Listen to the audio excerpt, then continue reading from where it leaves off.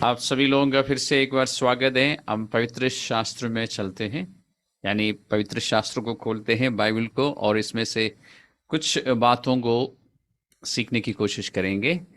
पिछले 2 हफ्तों से हम इस बारे में चर्चा कर रहे हैं या समझने की कोशिश कर रहे हैं, और मैं जानता हूँ, समझता हूँ कि पवित्र आत्मा व्यक्तिगत तौर पर हर एक से बात कर रहा है, ये समझाने के लिए कि जैसे हमने यीशु मसीह पर विश्वास किया, उस विश्वास के कारण परमेश्वर ने हमें धर्मी घोषित किया। यानी परमेश्वर ने अपने स्वर्ग की अदालत में, परमेश्वर जो न्यायी है, जज है, ये घोषणा की कि मैं और आप, मैं उन लोगों की बात कर रहा हूं जिन्होंने यीशु मसीह के उस बलिदान को स्वीकार किया, उन सब के लिए परमेश्वर ने घोषित किया कि ये लोग अब धर्मी हैं। यानी इनके जीवन में, उस समय की बात बता रहा हूं जिस समय आपने विश्वास किया, परमेश्वर ने कहा कि अब इस समय इनके जीवन में कोई पाप नहीं है, सारे पाप मिटा दिए हमारे जीवन से। उसके बाद हमने सीखा था कि क्योंकि हमने यीशु मसीह पर विश्वास किया, हमारी पहुंच भी है परमेश्वर के सिंहासन तक, जहां पर हमें अनुग्रह मिलता है। अनुग्रह बहुतायत से मिलता है, और उस अनुग्रह के बारे में मैंने आपको बताया साधारण भाषा में कि अनुग्रह का मतलब है हमें कुछ खास अधिकार है, विशेष अधिकार है परमेश्वर के पास, कि हमें जो मदद चाहिए, जब जब हमें हेल्प चाहिए, जब जब हम अपने आप को निर्बल पाते हैं, उस समय परमेश्वर की ओर से हमें सहायता मिलती है, मदद मिलती है। उसको कहता है अनुग्रह। इन दोनों बातों को लेकर हमने अध्ययन किया था। आज हम चलते हैं नया नियम में इफिसियों की पत्री। पिछली बार हम रोमियो की पत्री में थे, तो कुछ पन्नों को पलटने के बाद आप इफिसियों में पहुंच जाएंगे, और उसका पहला अध्याय में से आज हम कुछ बातों को देखेंगे। Efficiency chapter 1।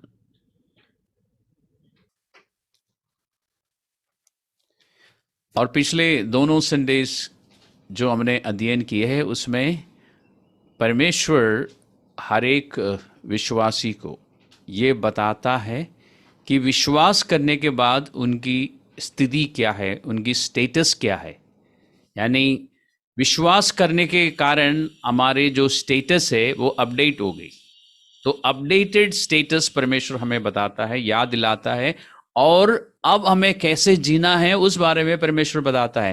पहले की तरह अब हम जिंदगी जी नहीं सकते, क्योंकि जिस समय आपने और मैंने यीशु मसीह को ग्रहण किया, हम नई सृष्टि बन गए। और यहां पर ज्यादातर लोगों को परेशानी आती है इस बात को एक्सेप्ट करने में, स्वीकार करने में, कि हम नई सृष्टि है। हम पहले की तरह ना तो सोच सकते हैं और ना चल सकते हैं।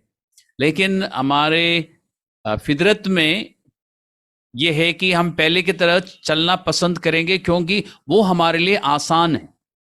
क्योंकि जब से हमारा जन्म हुआ तब से आज तक हम ऐसे ही चलते आ रहे थे, इसलिए उस रीति से चलना हमारे लिए आसान है। लेकिन परमेश्वर यीशु मसीह चाहता है कि हम अब, क्योंकि नई सृष्टि है, तो नए विचार जो कि पवित्र शास्त्र में हमें मिलेंगे, जो कि परमेश्वर के अपने विचार हैं हमारे लिए, उन विचारों के अनुसार हम अपने पुराने विचारों को अपने दिमाग से हटाए और फिर चलना शुरू करें। और सारा संघर्ष जो है, एक बार यीशु मसीह पर विश्वास करने के बाद विश्वासियों में जो संघर्ष है, इसी बात को लेके हैं। जब यीशु मसीह इस संसार में मनुष्यों के बीच में रहा, यानी क्रूस पर अपना बलिदान देने से पहले की बात बता रहा हूं, प्रभु ने लोगों को बुलाया जरूर है अपनी ओर, लेकिन कई बार प्रभु ने लोगों को यह चेतावनी भी दी कि मेरे पीछे चलने का फैसला करने से पहले एक बात पर अच्छी तरह सोचने की जरूरत है कि मेरे पीछे चलने में एक खास बात है कि आपको और मुझको, या जो भी यीशु मसीह के पीछे चलना चाहेगा, उसको यीशु मसीह की विधियों के अनुसार चलना होगा। इसलिए परमेश्वर ने कहा कि इसकी कीमत पहले समझ लो, फिर फैसला करना कि मेरे पीछे चलना है कि नहीं। ये सिर्फ सच्चा परमेश्वर ही ऐसा कह सकता है, क्योंकि वो हमें प्यार करता है और हमें पूरी आज़ादी देता है कि हम सोच समझ के परमेश्वर के पीछे चलने का फैसला करें या निर्णय ले। हम इस बात को भी जानते हैं कि हमने परमेश्वर को नहीं चुना, परमेश्वर ने हमें चुना है। इसलिए तो आज हम परमेश्वर के साथ हैं, इसलिए हमें हमें मुक्ति मिली है, उद्धार मिला है, नया जीवन मिला है। इसलिए कोई ना कोई आके हमारे पास आके हमें सुसमाचार बताया। यीशु मसीह ने मेरे लिए और आपके लिए क्या किया है ये बताया, क्योंकि परमेश्वर ने हमें पहले से ही देख लिया था, चुन लिया था, और हमें हमारी सहायता की कि हमने उस समय उस सुसमाचार पर बहुत ही आसानी से विश्वास कर लिया। उस समय उस बात को ग्रहण करने में हमें कोई दिक्कत नहीं हुई, लेकिन दिक्कत अब हो रही है, क्योंकि ग्रहण करने के बाद यीशु मसीह का या परमेश्वर की संतान बनने के बाद यीशु मसीह के पीछे चलते हुए हमारे जो नेचुरल टेंडेंसी है, जो हमारे फितरत में पाया जाता है कि हम पहले की तरह चलने की कोशिश में रहते हैं, और ज़्यादातर हम पहले की तरह ही सोचते हैं और चलते हैं। लेकिन पवित्र शास्त्र बार बार हमें कहता है कि नहीं, ऐसा नहीं चलना चाहिए। अब हमारे पास हमारे जीवन में एक नई चाल होनी चाहिए, और वो परमेश्वर अपने पवित्र शास्त्र में हमें याद दिलाता है, हमें बताता है, हमें जानकारी देता है, और उसके ऊपर से हमें समझ भी देता है, ताकि ये जानकारी जो दिमाग में घुस जाती है वो हमें समझ भी आए, ताकि हमारी आत्मा में ये चीज़ अच्छी तरह से बैठ जाए, और फिर हम धीरे धीरे उसके अनुसार अपने विचारों को बदलना शुरू करें, और फिर हमारी ज़िंदगी में, हमारे चाल चलन में, यानी हमारा जो चरित्र है, हमारा जो कैरेक्टर है, वो बदलना शुरू करता है। यीशु मसीह के पीछे चलने में और बाकी रिलीजियंस को मानने में जो फ़र्क है वो ये है, बाकी किसी भी चीज़ में आपका कैरेक्टर नहीं बदलता।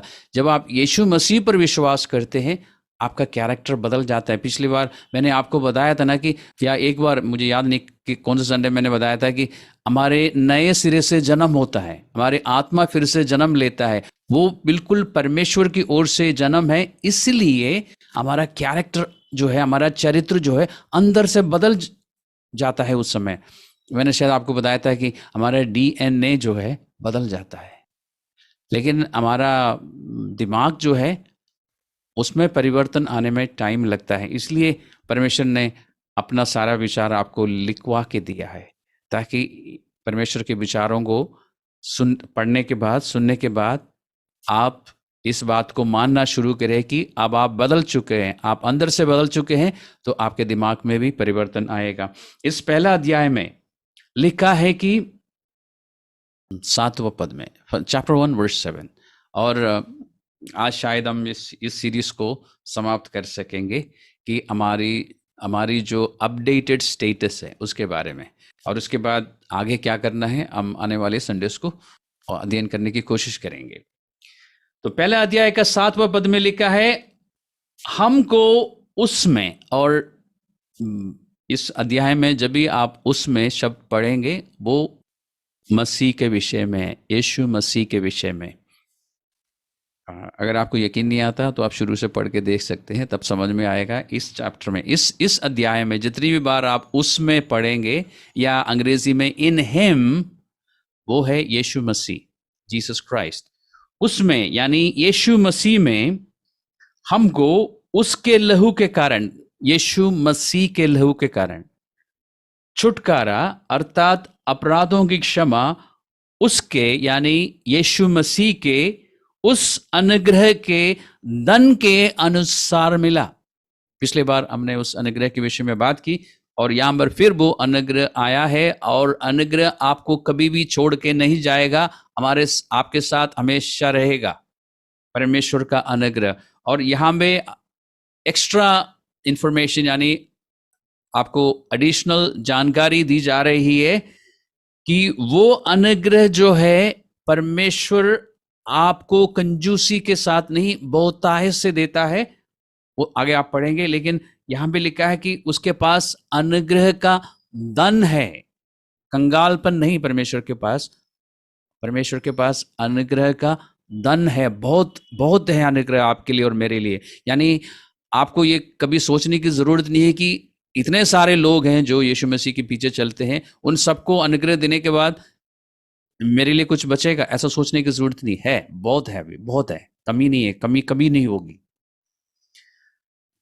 इसमें दो बातें हम देख रहे हैं। एक, उस लहू के कारण, और लहू के बारे में आपको बताना चाहूंगा, जब भी आपको पवित्र शास्त्र में, नया नियम में लहू शब्द मिलता है, वो है उस बलिदान जो यीशु मसीह ने क्रूस पे किया है। क्रूस शब्द जब भी आपको पढ़ने का मिलेगा, उसका अर्थ है वो बलिदान जो यीशु मसीह ने आपके लिए और मेरे लिए किया। यानी लहू का मतलब बलिदान, क्रूस का मतलब बलिदान, उस बारे में चर्चा हो रही है। उस बलिदान के कारण जो यीशु मसीह ने मेरे लिए और आपके लिए और पूरी मानव जाति के लिए किया, पूरी मानव जाति के लिए किया है। लेकिन अभी सबको उसका फायदा नहीं मिला, क्योंकि अभी सबने उस बात को स्वीकार नहीं किया है। सबके लिए, लेकिन मिलता सिर्फ उनको जो विश्वास करते हैं। यह है सबके लिए, किसी को भी मिल सकता है जो कोई उस पर विश्वास करता है। आप जानते हैं उस लहू के कारण आपको छुटकारा मिला है। और आज सबसे पहले मैं आपको छुटकारे के बारे में दो तीन बातें बताना पसंद करूंगा, क्योंकि और ये बात मैं जानता हूं आप में से जो पुराने हैं, पहले से जानते हैं, और आपके लिए रेपिटेशन होगा, हो सकता थोड़ा सा बोरिंग भी हो, फिर भी अच्छा है फिर से उस बात को सुनना और याद करना और अपने जीवन में लागू करना। और जो लोग नए हैं, हो सकता है आपके लिए पहली बार हो। छुटकारा का मतलब समझने के लिए दिल्ली शहर में नहीं होता, लेकिन आप दिल्ली से बाहर जाएंगे, जैसे दिल्ली में वीकली बाजार लगते हैं ना, जैसे सोम बाजार, मंगल बाजार, ऐसे बाजार लगते हैं जिसमें आपको सब्जी और बाकी सारी चीज़ें मिलती हैं। ऐसे दिल्ली के बाहर गांवों में जानवरों को बेचने का, जानवरों का मेला लगता है।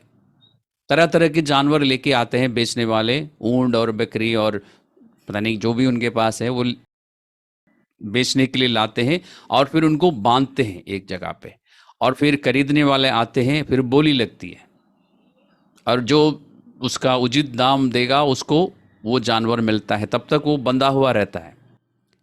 इतना तो आप इमेजिन कर सकते हैं ना, एक बहुत बड़ा मैदान, और वहाँ पे बेचने वाले सब अपने जानवरों को लेके आए, और जानवर को बांधना ज़रूरी नहीं तो वो भाग जाएगा, तो उसको बांध के रखा है, यानी मालिक के वश में है। और फिर जो उसका उचित दाम देगा या जो सबसे ज़्यादा बोली लगाएगा उसको वो मिल जाएगा। ठीक है, ऐसा ही एक सीन मैं आपको बता रहा हूं। हम सबके सब, मैं अभी उन लोगों से बात कर रहा हूं जो विश्वास कर चुके हैं, हम सबके सब ऐसे ही थे, शैतान के हाथ में बंधे हुए थे। हम लोग उस जानवरों का जो बाजार है उस ऐसा ही एक स्थिति में थे, जहां पे शैतान ने हमें बांध रखा था, और हमें शैतान के वश में से छुड़ाने के लिए एक कीमत चुकाना जरूरी था। और वो कीमत क्या थी कि एक निर्दोष व्यक्ति का, एक निर्दोष मनुष्य का लहू बहाना जरूरी है। और इस पूरे विश्व में ऐसा कोई मनुष्य नहीं था जिसने पाप नहीं किया हो, क्योंकि हम सब जन्म से पापी है। इसलिए परमेश्वर को मनुष्य बन के आना पड़ा, और यीशु मसीह ने क्रूस पर अपना लहू बहाया। उस लहू के बहाने के कारण, यानी यीशु मसीह का क्रूस पर अपना जीवन देने के कारण, आप उस गुलामी बाजार से जहां पर आप बंधे हुए थे, छूट के आजाद हो गए, और आप यीशु मसीह के हो गए हैं, और आप आजाद हैं। और सिर्फ इतना ही नहीं कि आप, जिसने आपको बांध रखा था उसके वश में से आप छूट गए हैं, अब से या उस समय से, जिस समय आपने विश्वास किया, मैं तो अब बोल रहा हूं, लेकिन जिस दिन आपने विश्वास किया, जिस पल आपने विश्वास किया, आपके जीवन में आपके साथ एक और भी महत्वपूर्ण काम हुआ है, और उसके बारे में जानना अच्छा रहेगा आपके लिए, कि आप पाप के वश में से भी छूट गए। तो सिर्फ शैतान के वश में से नहीं, पाप के वश में से, यानी पाप का उस समय से आपके जीवन पर कोई अधिकार नहीं है। क्या नहीं है? अधिकार नहीं है। Sin has no authority over your life. इसका क्या मतलब है? इसका मतलब यह है कि पहले आप पाप करते थे, ना चाहते हुए भी बहुत कुछ आप करते थे, बहुत गलत काम आप करते थे, उसके बाद आपको दुख होता था, आप अपने आप को कोसते भी थे कि मैंने ऐसा क्यों किया, लेकिन थोड़े समय के बाद फिर आप करते थे ऐसा। लेकिन अब ऐसा नहीं है, क्योंकि अब आप पाप के वश में नहीं है। पाप करते हुए आपको पता चल जाता है कि ये मैं पाप कर रहा हूं, और आप चाहे तो अपने आप को रोक सकते हैं। इसलिए यीशु मसीह में विश्वास करने के बाद, पाप से मुक्ति मिलने के बाद, पाप से छुटकारा मिलने के बाद, कोई भी विश्वासी ये नहीं कह सकता है कि वो गलती से हो गया, वो पाप मुझसे हो गया। नहीं, वो पाप आपने किया। क्यों? क्योंकि पाप के वश में आप नहीं थे उस समय से।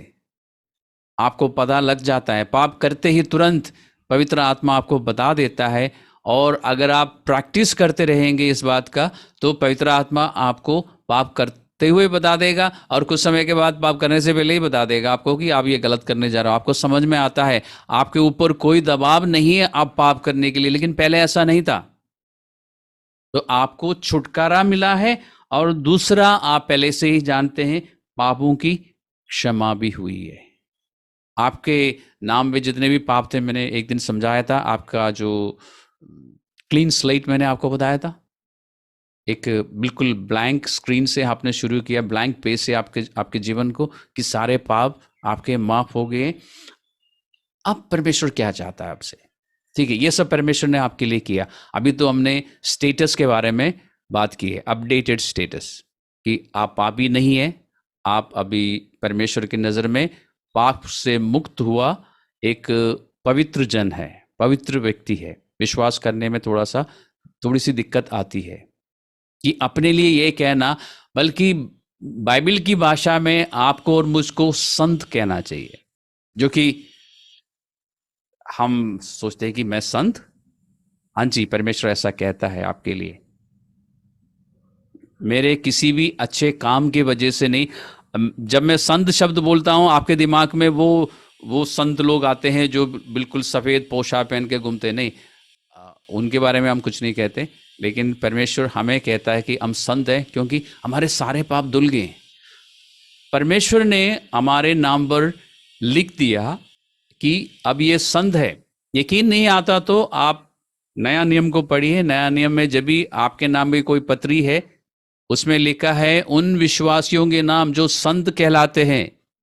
यानी आपके लिए और मेरे लिए परमेश्वर कहता है कि हम संत हैं, यानी क्योंकि हमारे पाप सब परमेश्वर ने माफ कर दिया, हमारे जीवन की एक नई शुरुआत हुई, और हम वो संत हैं जो पाप करते हैं, लेकिन हम पापी नहीं है। पहले हमारे लेबल में, हमारे टैग में, हमारे गले में लटका हुआ था, मैंने आपको बताया था कि ये पापी है। अब परमेश्वर की ओर से एक नया लेबल है, ये कि ये संत है जो पाप करते रहते हैं। अब परमेश्वर हमसे क्या चाहता है? इस पहला अध्याय में आपको बताया कि आपको परमेश्वर ने पाप से मुक्त कर दिया, पाप से पूरी तरह से आपकी क्षमा हुई, आपको शैतान के वश में से छुड़ाया, अब आप बिल्कुल आजाद है। अब क्या चाहता है परमेश्वर? इसी पत्री में लिखा है कि इसलिए जिस बुलाहट से परमेश्वर ने हमें बुलाया है, यानी परमेश्वर ने इतना प्यार से हमें, मुझे और आपको परमेश्वर की ओर बुलाया, परमेश्वर के संग चलने के लिए बुलाया। हमें हमारे जीवन में दो बातें मुख्य रूप से होनी चाहिए, और जैसे मैं आपको बताऊंगा, आप कहेंगे ये बहुत मुश्किल है, लेकिन एक दिन हमने पवित्र शास्त्र में से पढ़ा था कि परमेश्वर की कोई भी बात कठिन नहीं है। तो सबसे पहले, इससे पहले कि मैं आपको बताऊं वो क्या है, अपने दिमाग से इस बात को हटा दीजिए कि परमेश्वर की बातें या परमेश्वर की आज्ञाएं कठिन है। परमेश्वर स्वयं कहता है, यीशु मसीह स्वयं कहता है कि मेरी आज्ञाएं कठिन नहीं है। और मैं इसका राज आपको बता चुका हूं, कठिन क्यों नहीं है, क्योंकि परमेश्वर की बातों के या परमेश्वर की आज्ञाओं के अनुसार या परमेश्वर की मर्जी के अनुसार चलने के लिए हमें जो सामर्थ चाहिए। अभी हमने एक गीत गाया था ना तो बल से, याद है आपको? ना तो बल से ना शक्ति से, पर तेरी आत्मा के द्वारा, हमने ये गाया था। इसका क्या मतलब है? हम अपने लोग, कुछ लोगों के विल पावर बहुत ज्यादा होता है और कुछ लोगों के विल पावर कम होता है। इसको क्या बोले? मनोबल। ठीक है, तो जिनका विल पावर अच्छा है वो सोचते हैं कि मैं अपने विल पावर से कर लूंगा या कर लूंगी, लेकिन हकीकत यह है कि परमेश्वर की बातों के अनुसार चलने में आपका और मेरा जो मनोबल है, विल पावर है, बिल्कुल काम में नहीं आता। वो हमारी सहायता बिल्कुल भी नहीं कर सकता। लेकिन परमेश्वर क्या देता है हमें? हमने पिछले संडे भी अध्ययन किया, आज भी हमने इसका जिक्र किया। हमारी क्या है? पहुंच है उस अनुग्रह तक, उस सामर्थ्य तक जो परमेश्वर हमें देता है। इसलिए परमेश्वर की कोई भी आज्ञा हमारे लिए कठिन नहीं है।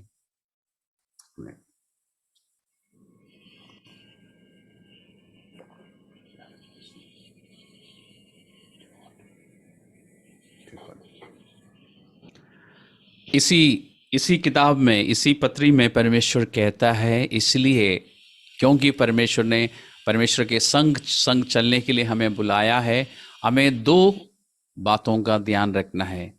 पूरी दीनता और नम्रता के साथ उसके साथ चलना है, जो कि सब कहेंगे ये बहुत मुश्किल है, क्योंकि हम दीन होना पसंद नहीं करते। मैं पुरानी बात बता रहा हूं, पुराने जीवन में दीन होना हमें से कोई पसंद नहीं करता था, लेकिन परमेश्वर के साथ चलने के लिए हमें नम्र होना जरूरी है, दीन होना जरूरी है, क्योंकि शुरुआत में ही यीशु मसीह ने बताया था, धन्य है वे लोग, आशीषित है वे लोग, सराहने योग्य है वे लोग जो दीन है। दीनता का मतलब क्या है? आज मैं सिर्फ इतना ही बताता हूं दीनता के बारे में, इसके बाद हमारा आज का हम अध्ययन समाप्त करेंगे। दीनता का मतलब है इस बात को जानना या समझना कि हमें परमेश्वर की जरूरत है। ऐसा नहीं है कि आपने यीशु मसीह के उस बलिदान को पर विश्वास किया, आपकी मुक्ति हो गई। और हमने एक संडे देखा था कि हम यहां से इस जीवन में, इस पृथ्वी में रहते हुए हम अनंत जीवन में प्रवेश कर चुके हैं। ऐसा नहीं कि मरने के बाद हम अनंत जीवन में जाएंगे, अभी से ही हम अनंत जीवन में प्रवेश कर चुके हैं और हमें और कुछ उस बात के लिए करने की जरूरत नहीं। तो हम सोचते हैं कि अनंत जीवन तो पक्का हो गया, मुक्ति तो बिल्कुल पक्की हो गई, अब हमें परमेश्वर की जरूरत है क्या? नम्रता, दीनता का मतलब है इस बात को समझना और इस बात को समझते हुए आगे चलते रहना, अपने जीवन को इस तरह से चलाना कि मुझे परमेश्वर की जरूरत है। और ये इंसान के लिए, बुद्धिजीवियों के लिए सबसे ज्यादा मुश्किल काम है, क्योंकि हम अपनी बुद्धि से, अपने शारीरिक ताकत से या मनोबल से सब कुछ करने की कोशिश करते हैं, और जब नहीं होता तो हम पूछते हैं कि हम आगे क्यों नहीं बढ़ पा रहे हैं, हम कामयाब क्यों नहीं हो रहे हैं। क्योंकि जैसे मैंने आपको बताया, हमारा डीएनए बदल चुका है, अंदर से कुछ परिवर्तन हुआ, अब हम पहले की तरह नहीं जी सकते। इसलिए आज हमारे लिए यह जानना काफी है कि परमेश्वर के जो अनुग्रह है उस तक हमारी पहुंच है, जिसके बारे में पिछली बार देखा। आज हमने देखा कि वो अनुग्रह परमेश्वर ने हमें बहुतायत से दिया है। 8वें पद को देखिए, जिसे उसने सारे ज्ञान और समझ सहित हम पर बहुतायत से किया है। वो अनुग्रह परमेश्वर ने मुझ पर और आप पर बहुतायत से किया है, क्योंकि उसके पास इसकी बहुतायत है। इस अनुग्रह का धन है उसके पास, और आपको जितनी समझ चाहिए, जितना ज्ञान चाहिए, वो भी परमेश्वर ने आपके ऊपर बहुतायत से किया है। यह है नया जीवन। और आने वाले संदेश में हम इस बारे में अध्ययन करने की कोशिश करेंगे। तो फिलहाल यहाँ से हम शुरू करते हैं। हमारे पास अनुग्रह का धन है परमेश्वर की ओर से। जब चाहिए, जितना चाहिए, अनुग्रह मिलता है हमें। अनुग्रह का मतलब क्या है? हेल्प, सहायता। परमेश्वर चाहता है कि हम उसमें निर्भर होके चले, यानी हर बात में आप परमेश्वर से सहायता मांगे। हर बात में हम खुद पर निर्भर ना रहे। अब हम कामयाब नहीं होंगे। अगर हम खुद पर निर्भर रहेंगे तो कामयाब नहीं होगा। हमें हर बात में परमेश्वर के पास जाना होगा, जो कि थोड़ा सा मुश्किल लगता है, क्योंकि पहले तो हम सब कुछ अपनी मर्जी से करते थे, लेकिन अब नहीं कर सकते। और यही, जहाँ तक मैं समझता हूँ, सबसे बड़ी समस्या है यीशु मसीह के पीछे चलने वाले लोगों के जीवन में। वो पहले की तरह चलने की कोशिश करते हैं और कामयाबी नहीं मिलते। फिर पूछते हैं कि हमने यीशु मसीह के पीछे चलना शुरू किया और हमने बाकी सब कुछ छोड़ भी दिया। अब हमने यीशु को ही सच्चा परमेश्वर माना, लेकिन हमारे जीवन में समस्या क्यों है? समस्या इसलिए है, आपका डीएनए बदल चुका है। अब आपको नए रीति से चलना है, और उसके लिए सबसे पहले परमेश्वर क्या कहता है? पूरी दीनता और नम्रता के साथ परमेश्वर के साथ चलने की कोशिश करो। दीनता का मतलब क्या है? इस बात को समझना कि परमेश्वर की मुझे हर घड़ी, हर पल जरूरत है। हर बात में मुझे परमेश्वर की जरूरत है। पवित्र आत्मा में या परमेश्वर के उस अनुग्रह में निर्भर होना मेरे लिए जरूरी है। कहने का मतलब, हर बात में हमें परमेश्वर, एक कितना सेकंड, कितने मिनट्स लगते हैं या कितने सेकंड लगते हैं कि परमेश्वर की ओर देखने में और परमेश्वर से हेल्प मांगने में? कितने मिनट्स लगते हैं? कि हर बात में परमेश्वर से सहायता मांगना, ये आदत हमें डालनी होगी। यीशु मसीह ने कहा कि मेरे पीछे चलने से पहले बैठ के सोचना चाहिए, क्योंकि यीशु मसीह के पीछे चलने के लिए एक कीमत चुकानी होगी। कौन सी कीमत? कि उस पर निर्भर रहना होगा। अपने पुराने स्वभाव में नहीं चल सकते। तो फिलहाल हम यहाँ पर इस बात को समाप्त करेंगे कि परमेश्वर ने, जब यीशु मसीह पर आपने विश्वास किया, आपको पाप से छुटकारा दिया। आप पाप से मुक्त हो गए, उसके वश में से आप आज़ाद हो गए। आपके सारे पाप परमेश्वर ने क्षमा कर ली, और आपके लिए अनुग्रह बहुतायत से दिया, ताकि अब से लेके आपके जो जीवन है यीशु मसीह के लौट के आने तक, उस जीवन में आप उसमें निर्भर होके रहें। जो वर्ष मैंने आपको बताया, इसी पुस्तक का 4 अध्याय का पहला पद में ही आपको मिलना चाहिए। मैं एक बार देख के आपको बता देता हूँ। पहला और दूसरा पदों में, चैप्टर 4 वर्स 1 और 2 आपको मिलेगा कि हम अब दीनता और नम्रता के साथ चले।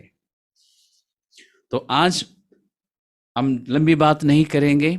इस बात को लेके परमेश्वर का धन्यवाद करना शुरू कीजिए कि आपके पास परमेश्वर की ओर से एक वायदा है कि आपको जो अनुग्रह चाहिए वो आपको बहुतायत से मिलेगा। परमेश्वर देता रहेगा, और जो समझ और जो ज्ञान आपको चाहिए परमेश्वर की ओर से, वो भी आपको मिलता रहेगा, ताकि आप जिस काम के लिए परमेश्वर ने आपको बुलाया है, यीशु मसीह के संग संग चलने के लिए, अपने सारे कामों को करते हुए, जो बिजनेस करने वाले अपने बिजनेस करते रहेंगे, जो नौकरी करने वाले वो नौकरी करते रहेंगे, अपने घर को संभालते रहेंगे, लेकिन इन सब बातों में आप यीशु मसीह के साथ साथ चलेंगे। यानी आपके जीवन के हर बात में आप यीशु मसीह को एक जगह देंगे, ताकि वो आपको बता सके कि क्या करना है और कैसे करना है। यह है मसीही जीवन, यह है ट्रू क्रिश्चियनिटी। और यहाँ पर हम रुक जाते हैं। हम अगले संडे फिर मिलेंगे। परमेश्वर की आशीष आप सभी लोगों के साथ बनी रहेगी। Thank you.